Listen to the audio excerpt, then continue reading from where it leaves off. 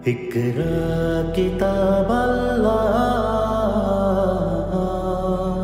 জেনে নিন কোরআন শেখার সহজ উপায়।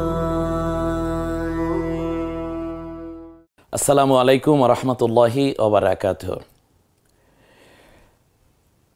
আলহামদুলিল্লাহ রব্বিল আলামিন ওয়াল আকিবাতু লিল মুত্তাকিন ওয়াসসালাতু ওয়াসসালামু আলা রাসূলিহিল আমিন ওয়া আলা আলিহি ওয়া আসহাবিহি আজমাইন। কোরআন শিক্ষায় নিয়োজিত রেখে এ পর্যন্ত আমাদের এই বরকতময় আয়োজন প্যানভিশন কোরআন শেখার সহজ উপায়ে আমাদের সাথে যারা রয়েছেন সকলকে আন্তরিক স্বাগতম এবং অভিনন্দন জানাচ্ছি। বাংলা ভাষাভাষী শিক্ষার্থী বন্ধুগণ, আমরা গত পর্বে শিখেছি যে হরফগুলো কখনো পরিবর্তন হয় না, যুক্ত এবং মুক্ত এই দুইটা পাশাপাশি এনে আপনাদেরকে দেখানোর চেষ্টা করেছি। আপনারা সেগুলোও পেরেছেন। আজকে এই যুক্ত অক্ষর শিক্ষার দ্বিতীয় স্তরে আমরা এসেছি। দ্বিতীয় স্তরে ছিল ওই 5টা হরফ যেগুলো যুক্ত হওয়ার সময় আকারে ছোট হয়ে যায়। যেমন বাটা এত বড় ছিল, এবং যুক্ত হওয়ার সময় এতটুকু হয়ে যাবে। তাতে কি, একটা দাগ দিয়ে নিচে এক নুক্তা দিলেই তো বা হয়ে যায়। একটু দেখুন, এই যে একটা দাগ, নিচে একটা নুক্তা বা। এই দাগটার উপরে 2 নুক্তা দিলে তা, উপরে 3 নুক্তা দিলে সা, উপরে 1 নুক্তা দিলে নুন, নিচে 2 নুক্তা দিলে ইয়া। অর্থাৎ 5 in 1, একের ভেতরে 5টা হরফ নিহিত থাকে। যেই শিক্ষা পদ্ধতিতে, সেই পদ্ধতি মানুষ কি না শিখে মাহরুম হওয়ার কোনো সুযোগ আছে? অবশ্যই নাই। এবারে আমরা দেখতে চাই যে এই 5টা হরফের ক্ষেত্রে কি কি ধরনের উপস্থাপনা রয়েছে আমাদের বোর্ডের দিকে। আমরা একটু সেদিকে নজর দিই। দেখুন, এখানে যে হরফটা এসেছে এটার নাম হলো বা। এই বা হরফটি যখন যুক্ত হবে তখন যে লাল অংশটুকু আছে, এই অংশটুকু শুধু থাকে, আর বাকিটা থাকে না, ছোট হয়ে যায়। তাই বলে সে বা নামটি কখনোই পরিবর্তন হয়, সে কিন্তু বা বাই থেকে যায়। এরপর হলো তা, তারপরে সা, তারপরে নুন, তারপরে ইয়া।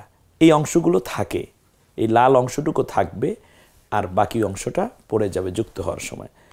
এরপরে আমরা এবার একটু ভিন্নতা এনেছি। সেটা হচ্ছে এই যে বাটা রয়েছে, এই বাটাই আমরা দেখানোর চেষ্টা করেছি যে কিভাবে যুক্ত হলে প্রথমে, মাঝে এবং শেষে আসে। একটু দেখুন তো, এখানে 5টা হরফ আছে, তাহলে বা কোনটা আপনি সেইটা চিনেন কিনা শুধু এতটুকু আইডেন্টিফাই করুন। দ্বিতীয় হরফটার শব্দটার মধ্যে 3টা হরফ আছে, এর মধ্যে বা কোনটি? এরপরে 2টা বা আছে শেষ হরফটিতে, মাঝখানেরটা মিম।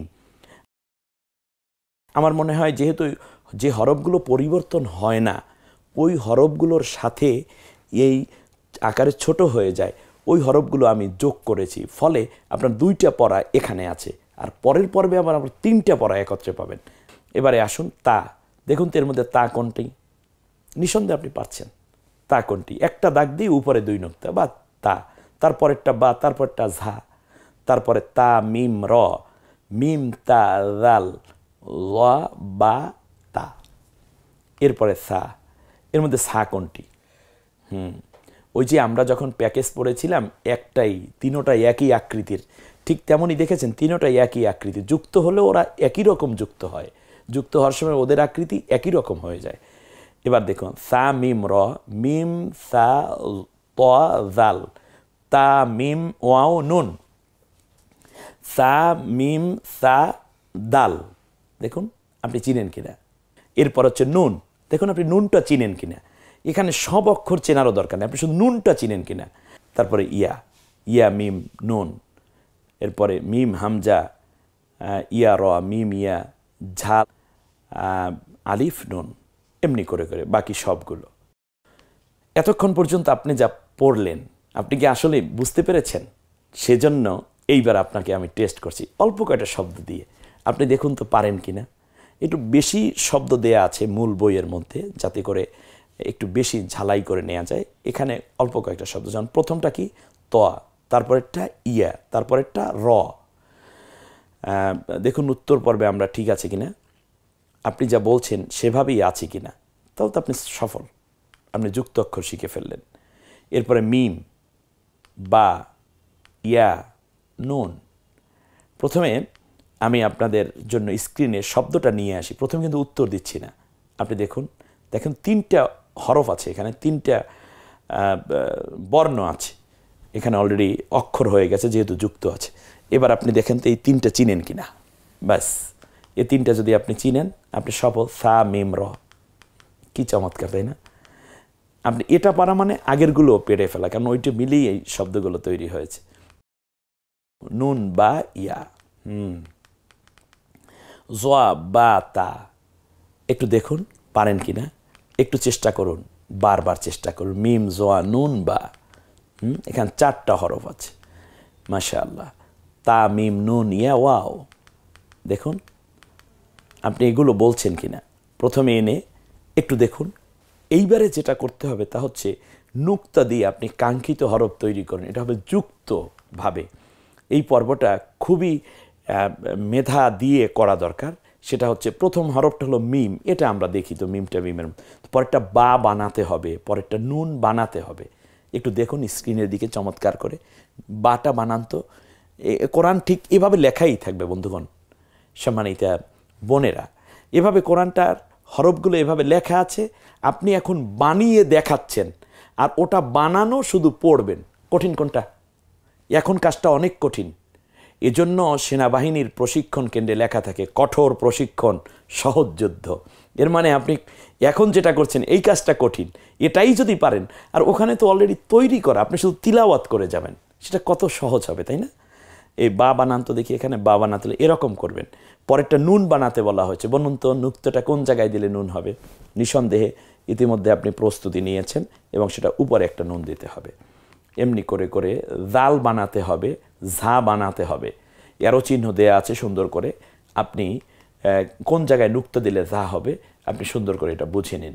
প্রথমটা জোয়া বানাতে হবে, ইয়া বানাতে হবে, তা বানাতে হবে, সা বানাতে হবে।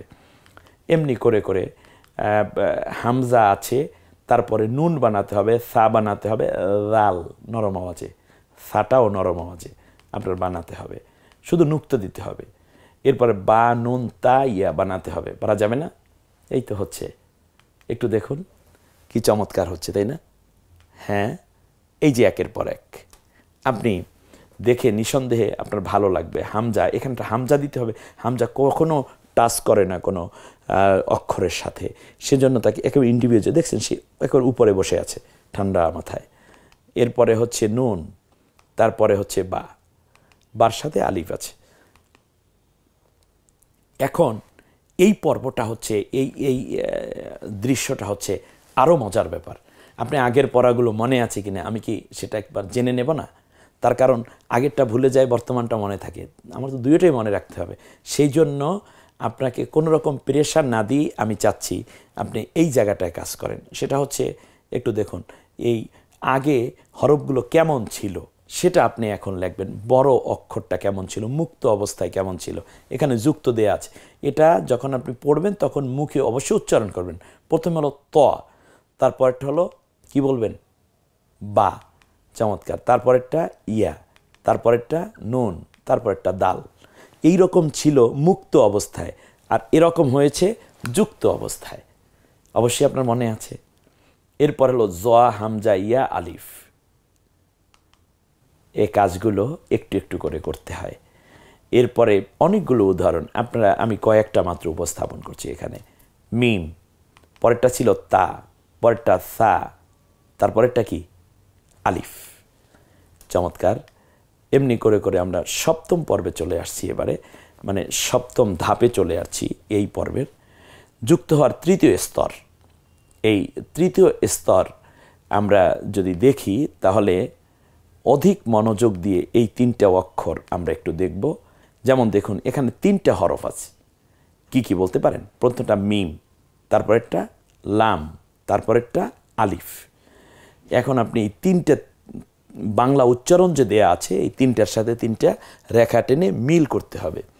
এইবার দেখেন তো আপনি পারেন কিনা। মাশাআল্লাহ, আলিফের দিকে আলিফ যাচ্ছে, মিম লাম। এরপরে যেটা আছে এখানে 4টা হরফ আছে, 4টা। প্রথমটা তো দেখলেই বোঝা যায়, যেহেতু কাটা কাটা আছে, এটা সিন। পরেরটাও বোঝা যায় মিম, তারপরেরটা হলো লাম নাকি আলিফ? ভুল করে অনেকে আলিফ বলতে মানে লাম বলতে চাইবে বা অন্য কিছু না। এটা হচ্ছে যদি এই দালটা যে আছে দালের সাথে যদি এটা মিশে যেত তাহলে এটা লাম হয়ে যেত। যেহেতু মিশে নাই, আলিফ কখনো মিশে না, সামনের হরফটার সাথে মিশে যায় না, মানে সংযোগ ঘটায় না। সংযোগ হয়ে যায় তাহলে সে আর আলিফ থাকে না, সে লাম হয়ে যায়। এখন দেখুন যেহেতু সংযোগ হয়নি, অতএব এটা এখন আলিফ আছে। তো সিন মিম আলিফ দাল। এখন আপনার কাজ হচ্ছে রেখা টেনে এক হরফগুলোর সাথে পরস্পরে মিল করা। সিন কোথায়? এবার দেখুন মিমের সাথে মিম, আলিফের সাথে আলিফ, দালের সাথে দাল। কি চমৎকার! দেখুন এখানে লাম আলিফ, লাম, পরেরটা লাম হলো কেন? লাম হলো কারণ হচ্ছে তোয়ার সাথে সে মিশে গেছে, এই জন্য লাম হয়ে গেছে। আবার তোয়ার পরে যেটা এই যে লাম্বা দাগটা আছে, এটা সে সামনে মিশে নাই, অ্যাটলিস্ট বাম দিকে কোনো হরফের সাথে মিশে নাই, যার কারণে এ হয়েছে আলিফ। যদি ওয়ার সাথে মিশে যেত, মানে অন্য কারো কোনো হরফের সাথে মিশে যেত, তাহলে সে আলিফ থাকতো না, সে লাম হয়ে যেত। এটা একটু মনে রাখতে হবে। আলিফটা কখনো বাম দিকের হরফের সাথে মিশে না, আর মিশে গেলে সে আর আলিফ থাকে না, সে লাম হয়ে যায়।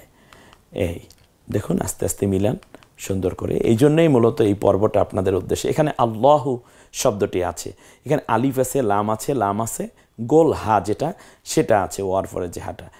এই তো সুন্দর, লাম লাম হা, ব্যাস আল্লাহ। এই এখানে হলো আলিফ লাম আলিফ সিন আলিফ, ব্যাস। এখন আপনি মিশান সুন্দর করে। হ্যাঁ, এই তো ধরে ধরে একটু একটু করে একটার সাথে একটা মিলিয়ে নিতে হবে।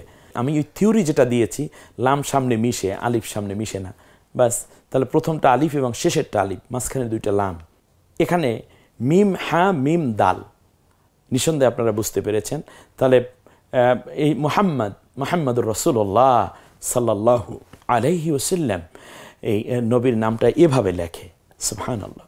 এখানে আপনারা যারা শিখছেন তাদের অনেকের নামের প্রথমে মোহাম্মদ ইউনুস, মোহাম্মদ আবদুল্লাহ, মোহাম্মদ সত্তার, মোহাম্মদ আব্দুল গাফফার, মোহাম্মদ জসিমউদ্দিন। এই মোহাম্মদ শব্দটা প্রথমে এভাবে লিখবেন।